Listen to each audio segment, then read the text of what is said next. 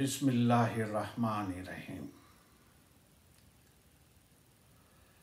انسان کی زندگی کا خاتمہ موت پر ہوتا ہے۔ جو بھی انسان یا حیوان یا پرندے درندے جو بھی اس دنیا میں آیا ہے اسے آخر میں موت تو آنی ہے، مرنا ہی ہے۔ تو انسان کی زندگی کا خاتمہ موت پر ہے۔ مرنے کے لیے کوئی تیار نہیں ہوتا، مرنے کے لیے کوئی تیار نہیں ہوتا۔ انسان کا بس چلے تو وہ تو یہی چاہے گا کہ میں ہمیشہ ہمیشہ کے لیے دنیا میں رہوں، اور اگر اس کی خواہش کو پورا کیا جائے تو وہ یہی کہے گا کہ ہمیشہ ہمیشہ میں جوان اور خوبصورت رہوں، جو ممکن نہیں۔ یہ قانون قدرت ہے، جو آیا ہے اسے جانا بھی ہے۔ اب جو جانا ہے یہ موت ہے، تو دنیا کے اندر جس انسان نے زندگی گزاری اس کا روح تو نکل گیا، اس کی روح تو پرواز کر گئی، ملک الموت آیا اور لے کے چلا گیا۔ اب یہ ایک ڈھانچہ، ایک جسم بچا، اب اس کی قدر و قیمت کچھ بھی نہیں ہے، کیونکہ اب یہ اپنی مرضی سے کچھ کر بھی نہیں سکتا۔ نہ اپنے اوپر بیٹھی ہوئی کوئی مکھی کو اڑا سکتا ہے، نہ کروٹ بدل سکتا ہے۔ بے بس، بے یار و مددگار، اس کے اندر تو کچھ احساس ہی نہیں ہے، وہ تو پڑا ہوا ہے۔ اب اس کا کیا کیا جائے، اس کا کیا کیا جائے؟ تو اللہ تبارک و تعالیٰ نے قرآن کے اندر جو حابیل اور قابیل کی مثال دی ہے، اس میں اللہ تبارک و تعالیٰ نے فرمایا کہ ہم نے پھر کوے کے ذریعے ان کو پیغام دیا، یعنی جو حابیل کا قتل ہوا، جو قابیل نے قتل کیا، قابیل جو ہے وہ قاتل تھا، اس کو نہیں پتا تھا کہ کیا کرنا ہے، کیونکہ یہ پہلا خون تھا انسان کا۔ تو اللہ تبارک و تعالیٰ نے ایک کوا بھیجا، اور کوے نے دوسرے کوے کو دفنانے کے لیے اپنی چونچ سے زمین کو خرچا، اور اس کے بعد وہ کوے کو ڈال دیا۔ اس طرح پیغام دیا کہ اس کو دفن کیا جائے۔ تو وہ روایت چلی آ رہی ہے، سوائے دو چار مذہب کو چھوڑ کر باقی جو لوگ ہیں ان کے اندر جو آخری آرام گاہ ہے وہ ہے قبر، قبرستان۔ اور جب قبرستان کی ہم بات کرتے ہیں تو ایک خوف پیدا ہوتا ہے، ایک ڈر پیدا ہوتا ہے۔ حالانکہ ہم جانتے ہیں کہ وہاں پہ سب مردے ہیں، کوئی قبر سے باہر نکل کر ہماری کوئی پٹائی تو کرنے والا نہیں ہے، ہمارے لیے کوئی مشکلات پیدا کرنے والا نہیں ہے، لیکن پھر بھی قبرستان کا جو ماحول ہے اتنا بھیانک اور اتنا ڈراؤنا ہوتا ہے کہ ہم تو زندہ لوگ جاتے ہوئے بھی ڈرتے ہیں۔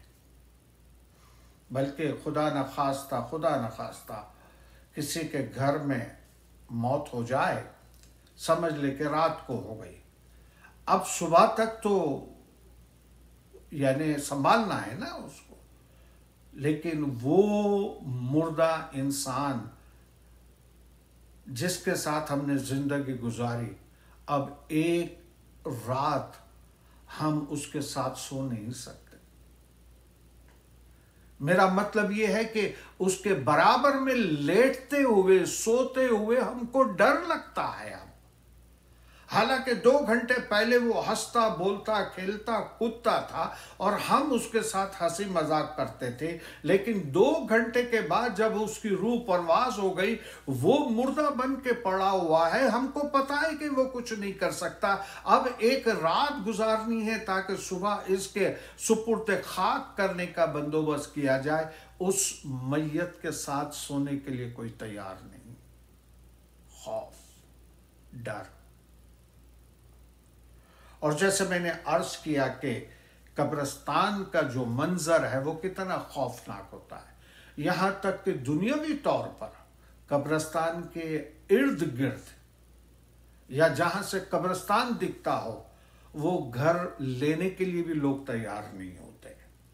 वो कहते हैं नहीं नहीं, ये क्या सुबह उठे और कब्रिस्तान दिखे, शाम को घर पे जाएं तो कब्रिस्तान, तो खौफ आता है दुनियावी तौर पर। अब जैसे मैंने अर्ज किया, वहां पे तो सारे मुर्दे ही हैं। अब उनको सुपुर्दे खाक कर दिया गया। ये मंजर भी बड़ा अजीब, बड़ा डरावना, बड़ा खौफनाक, कि जो भी नमाज है वो पढ़ी, फातिहा पढ़ी, सब पढ़ने के बाद जब मुर्दे को कब्र में उतारा जाता है, उतार के उसके ऊपर कोई तख्ते या कोई चीज ऐसी रख दी जाती है कि कब्र धंस ना जाए, और फिर उसके ऊपर मिट्टी डाल के एक अजीब सी सूरत उसकी बनाई जाती है, बड़ी डरावनी। जब इंसान उस जनाजे में शरीक होता है, उस वक्त थोड़ी देर के लिए तो उसकी भी सुध बुध खत्म हो जाती है। उसको भी लगता है कि बस अब हमारी बारी है या कल हमारी बारी होगी। और जब वो मंजर देखता है कब्र और कब्रिस्तान का, तो बड़ा खौफजदा हो जाता है, बड़ा खौफजदा हो जाता है। अल्लाह तबारक व तआला नहीं चाहता कि इंसान खौफजदा हो। अल्लाह तो ये चाहता है कि तुम सिर्फ मौत को याद रखो कि तुम्हें मरना है। अब जब एक कब्र बना दी गई, अंदर दफना दिया गया इंसान को, ये इंसान की जिंदगी का खात्मा हो गया। अब 2, 4, 5 साल, 10 साल के बाद कीड़े मकोड़े जो होंगे वो इसकी बोटी बोटी खत्म करके सिर्फ हड्डियां रह जाएगी, सिर्फ हड्डियां। ये हकीकत है, हमको पता है, सबको मालूम है, फिर भी इंसान खौफजदा होता है। लेकिन जहां अंधेरा होता है वहां मायूसी होती है, डर होता है, खौफ होता है। और जहां रोशनी होती है वहां उम्मीद होती है, वहां सब चीजें नजर आती है, उम्मीद होती है, खुशियां होती है। तो अंधेरा जहां है वो डर की अलामत समझा जाता है। तो कब्र के अंदर अंधेरा, कब्रिस्तान में अंधेरा, तो ये तो खौफ पैदा हुआ, ये डर पैदा हुआ। तो उस डर और खौफ को हटाने के लिए हमें लाइट्स लगानी चाहिए, हमारी कब्रों को रोशन करना चाहिए, हमारी कब्रें रोशन हो जाए। लेकिन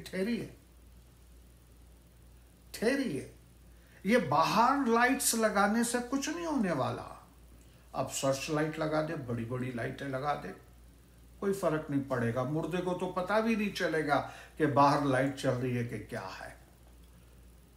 लेकिन रोशन, बड़े बड़े बुजुर्ग ने कहा है कि रोशन अपनी कब्र को कर लो, अपनी कब्र को रोशन कर लो। तो रोशनी वो खुशियों की अलामत है। तो ये दुनियावी रोशनी भी हमारे तौर पर जिंदा लोगों के लिए एक उम्मीद की किरण बनती है। लेकिन यहां जो बयान किया गया कि अपनी कब्रों को रोशन कर दो, वो ये कब्र नहीं है।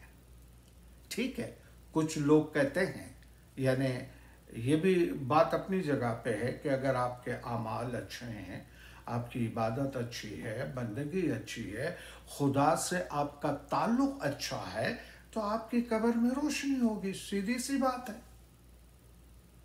इसमें कोई इनकार नहीं कर सकता। लेकिन जो इंसान अपनी कब्र बना रहा है, उसको कहा जा रहा है कि अपनी कब्र को रोशन करो। तो ये एक इशारा होता है, समझाने का एक तरीका होता है। हम कब्र किसको कहते हैं? जहां मुर्दे को दफनाया जाए। अब फर्ज करें कि मैं जिंदा हूं, सांस ले रहा हूं, लेकिन मैं खुदा को नहीं मानता, नाउजुबिल्ला। मैं खुदा की वहदानियत पर यकीन नहीं करता, मैं हुजूर की रिसालत पर यकीन नहीं करता, नाउजुबिल्ला। ये बहुत सारी चीज़ें, ये सारी चीज़ें अगर मैं यकीन नहीं रखता इन चीज़ों पे, तो मैं जिंदा नहीं हूं, मैं तो मुर्दा हूं। आम तौर पर यह कहा जाएगा कि मैं तो मुर्दा हूं इसलिए कि मैं जो हकीकत है उसको जुटला रहा हूं, मैं खुदा की वहदानियत को नहीं मान रहा। नाउजुबिल्ला, ऐसा हो नहीं सकता है।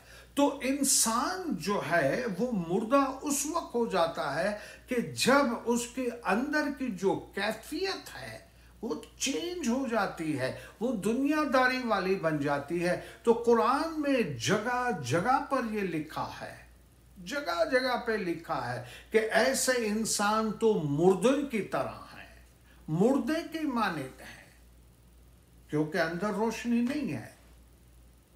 अंदर रोशनी नहीं है, अंदर रोशनी नहीं है तो उम्मीद कैसे जगेगी, और फिर इंसान जिंदा कैसे होगा। तो एक बुजुर्ग ने यहां तक कहा कि ए इंसान, कब तक अपनी मैयत को अपने ही कांधों पे उठाता फिरेगा? कब तक? ये मैं अपनी मैयत को अपने कांधों पे उठाऊं, यानी अपने जनाजे को अपने कांधों पे उठाऊं? जी, अगर मेरा दिल रोशन नहीं है, खुदा की याद में मेरा दिल नहीं तड़पता है, तो मैं तो मुर्दा हूं, मैं तो जानवर से भी बदतर हूं। तो उस माना के अंदर भी लेना चाहिए कि ऐ इंसान, तू अपनी कब्र को, यानी तेरे अंदर की जो चीजें हैं, अंदर जो तेरी रूह चल रही है, उसके अंदर तू रोशनी पैदा कर, अल्लाह के जिक्र से रोशनी पैदा कर, अल्लाह की याद से रोशनी पैदा कर, अच्छे आमाल से रोशनी पैदा कर, शैतानियत दूर करके रोशनी पैदा कर। बहुत सारे तरीके से तेरा जहन भी रोशन होगा, तेरी रूह भी रोशन होगी, तेरी आंखें भी रोशन हो जाएगी। और एक वक्त शायद ऐसा भी आए जो अल्लाह तबारक व ताला फरमाता है कि उसकी जबान में बन जाऊंगा, वो मेरी जबान से बोलेगा, उसकी आंखें में बन जाऊंगा, वो मेरी आंखों से देखेगा, उसके कान में बन जाऊंगा, वो मेरे कानों से सुनेगा। यानी अल्लाह तबारक व ताला की जो रहमत और बरक़ातें हैं, सिफातें हैं, वो इंसान के अंदर आ सकती है। तो कहा गया अपनी कब्र को रोशन करो, अपने आमाल के जरिए, अपनी ये जिंदगी में जो वक्त मिला है, उस वक्त के अंदर कबल इसके कि मौत आ जाए, अपनी कब्र में रोशनी करो। और जैसे मैंने अर्ज किया कि जिक्र से, फिक्र से, अच्छे अमाल से आप अपनी कब्र को रोशन कर सकते हो। इंशाअल्लाह फिर मुलाकात हो गई, उस वक्त तक के लिए इजाज़त दीजिए। खुदा हाफिज़। जियो और जीने दो।